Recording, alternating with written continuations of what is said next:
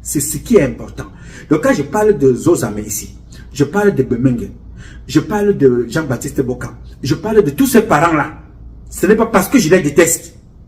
C'est parce que je veux attirer leur attention. Ne finissez pas demain comme Blaise Compaoré. Ne finissez pas demain comme Mobutu. Ne finissez pas demain comme nous avons vu ceux qui ont fui. Amadou, Ali Bongo. Hier matin, Ali Bongo passait devant vous. Il a abandonné un pays qu'il a géré pendant 2 mandats. Il fuit. Il vit maintenant comme un mauvais esprit. Quand est-ce que Ali Bongo ira dans son village? Quand il va mourir, il va être enterré quelque part. Oui, monsieur. Est-ce que c'est une vie? Le peuple d'Israël qui n'a pas de terre se bat pour conserver la terre. Mais nous qui avons la nôtre, nous nous battons pour voler et fuir, pour aller vivre, être enterrés ailleurs. Nous vendons les terres aux Chinois, aux Libanais. Nous vendons les terres aux autres. Dès que tu as un petit pouvoir, c'est violer les femmes des gens. C'est coucher avec les femmes des gens. C'est abuser les enfants des gens. Et abuser tes propres enfants. Pour laisser quelle histoire? Pour laisser quelle histoire? Vous détruisez les familles. Les familles sont détruites. Aujourd'hui, il y a une émission qui passe là partout.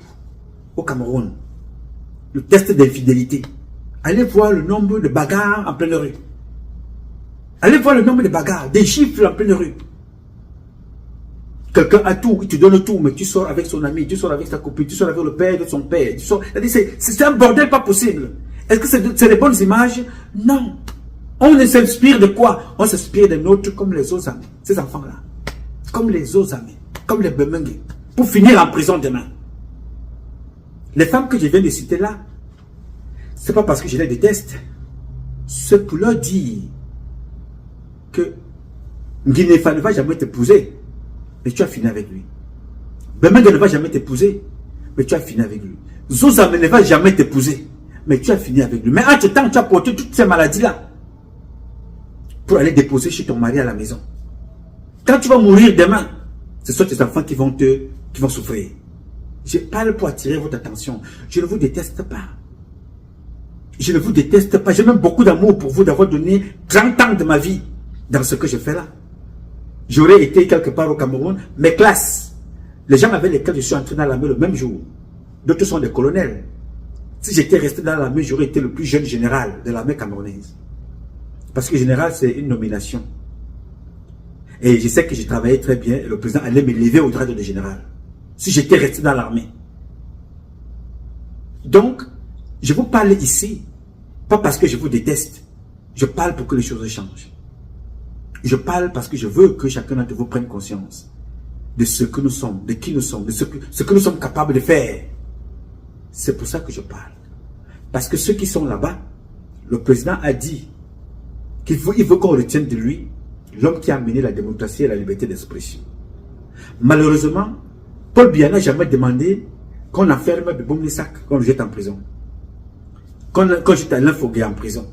Mais ils ont parlé, ils ont été jetés en prison. Beaucoup d'entre nous sont en prison, le président n'est même pas au courant. Alors je parle ici pour attirer l'attention parce que ceux qui sont là-bas ne sont pas capables de parler. Sinon ils seront jetés en prison ou assassinés. Ce n'est pas parce que je ne vous aime pas. J'ai même beaucoup d'amour pour vous. Il y a parmi les Camerounais qui parlent d'ailleurs là, sans se jeter des fleurs, il n'y a pas 5 qui ont mon palmarès de lutte à l'extérieur du Cameroun, de dénonciation.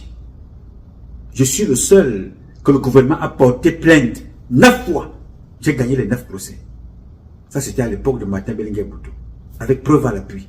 Parce que j'ai dit ce qui doit changer nos conditions de vie. Voilà des enfants. Tu vas chercher le travail maintenant à l'ART. Si tu ne couches pas avec Bemenge, si tu ne couches pas avec Zozame, si tu ne couches pas avec un responsable, tu ne peux pas avoir le travail. Alors on va au travail pourquoi? On va à l'école pourquoi? Avoir des diplômes. Maintenant, dès que tu as le diplôme, on te demande l'aristocratie. On t'impose le diplôme de l'aristocratie. Qui t'a envoyé? Qu'est-ce que c'est que cette vie? Qu'est-ce que c'est que cette vie? Au Burkina, les jeunes sont en train d'élever leur pays. Au Niger, le général est en train d'élever son pays. Au Mali, le jeune capitaine, le jeune est en train d'élever son pays. Mais nous, au lieu d'élever le pays, il faut coucher avec toutes les femmes qu'on rencontre. Il faut violer tous les garçons. Résultat de course, le pays plonge. On s'insulte à longueur de journée. Voilà ce qu'on nous réserve aujourd'hui. Allez donc faire un reportage à l'ART. Que Bruno Bidjan prenne ses caméras, qu'il fasse un reportage sur le bilan de 8 ans de Zozame. Qu'il fasse le reportage sur le bilan de plusieurs années de Bemenge. Et vous allez voir comment nous avons trahi le président de la République. Les milliards ont été volés. Nous voilà aujourd'hui. 20 mai, allez voir. Le jour qu'il fallait installer les appareils. 3 milliards la veille. Tous les appareils étaient grillés. 3 milliards dans l'eau. Maintenant, si on met Domingue en prison, si on met, maintenant, si l'enquête conduit à mettre Zozame en prison, on va accuser qui? On va dire que bien mauvais, n'est-ce pas? Non. Prenons nos responsabilités et apprenons à assumer notre incompétence et notre imposture. Je voulais vous dire ici, à toutes celles de ceux qui travaillent à l'ART, j'ai beaucoup d'amour pour vous, mais je vous plains. À toutes celles de ceux qui sont à Camtel, j'ai beaucoup d'amour pour vous et je vous plains.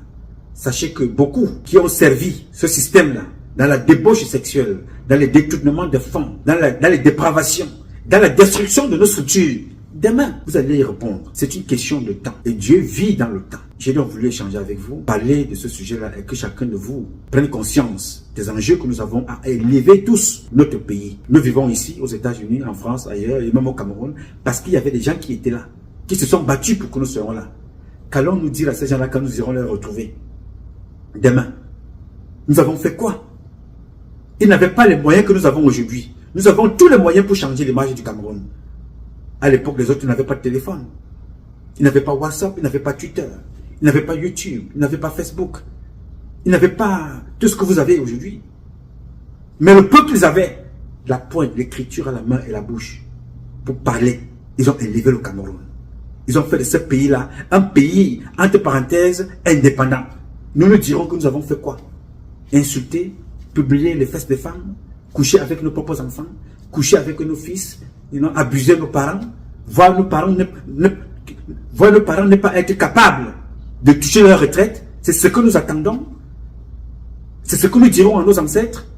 Non, beaucoup d'entre nous ne peuvent pas être des ancêtres méritants. Non. Ce n'est pas tout ancêtre qui est un ancêtre méritant à honorer. Non. Beaucoup d'entre nous iront tout droit à l'enfer. Si l'enfer existe. Mais cet enfer-là, on va la réguler ici. Ce paradis, nous allons le réguler sur cette terre. Moi, je compte sur vous donc pour le faire. Je compte sur vous et vous tous. Chaque fois que je vous parle ici, je vous parle avec un cœur plein de beaucoup d'émotions et d'amour. Parce que je sais ce que vous représentez. Je veux donc qu'on change. J'ai dit.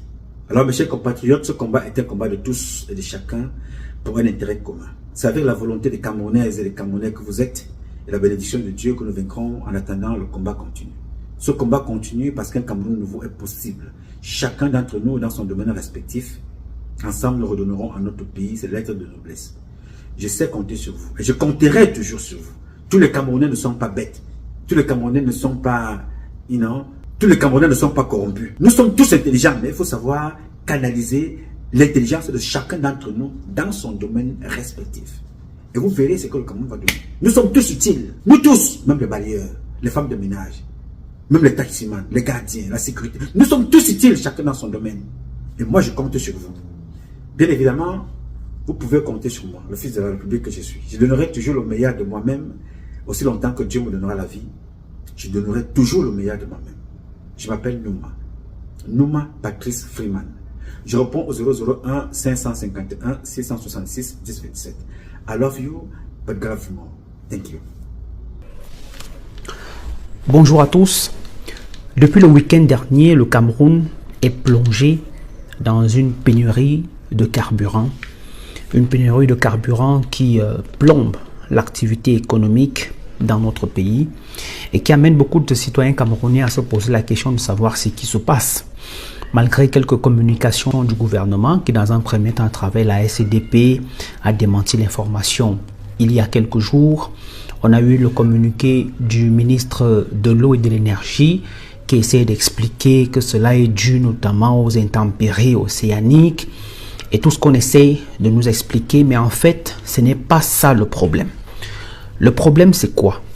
La pénurie observée aujourd'hui est due simplement à une cause. C'est que l'État du Cameroun doit 134 milliards de francs CFA aux importateurs, au premier rang desquels la Total. Au premier rang desquels Total, autant pour moi.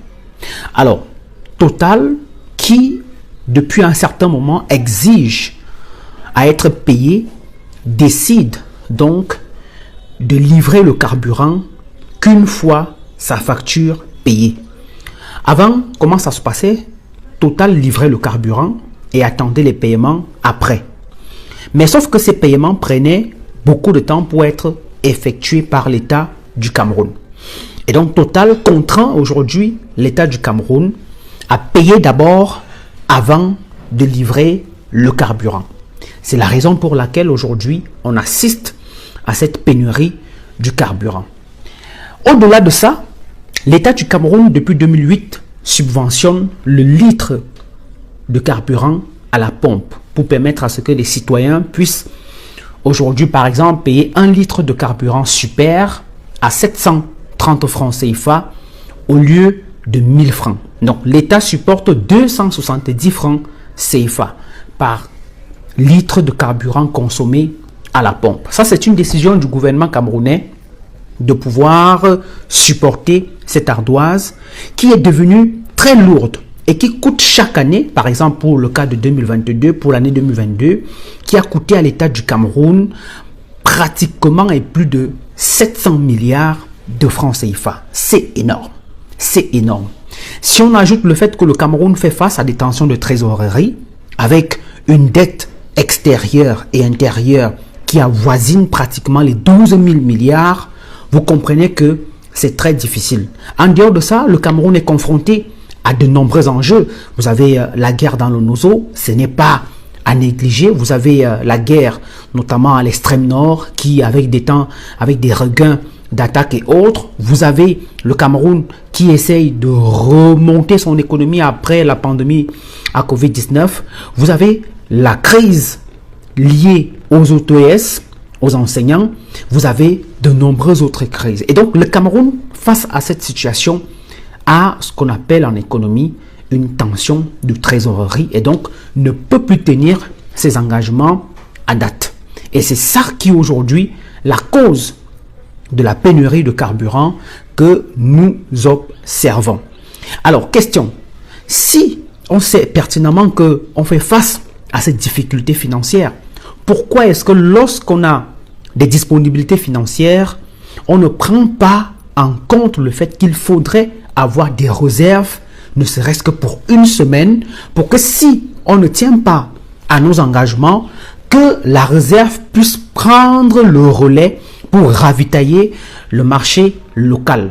Ça, c'est encore une situation qui n'a pas été prise en compte. Vous vous imaginez si on a une catastrophe, si on a une situation d'urgence où il faut que les gens aient le carburant, comment est-ce qu'on se retrouve? Pourquoi est-ce qu'on doit attendre que les navires livrent le carburant au compte-gouttes pour que, une fois qu'un navire ou deux navires observent un retard dans le cadre notamment du règlement de leur facture, on se retrouve paralysé? Pourquoi la même situation ne prévaut pas en Guinée équatoriale, au Gabon, en République centrafricaine qui sort de la guerre, au Congo, en RDC? Tout simplement parce que au Cameroun, on ne prévoit rien. Et aujourd'hui, on apprend à nos dépens.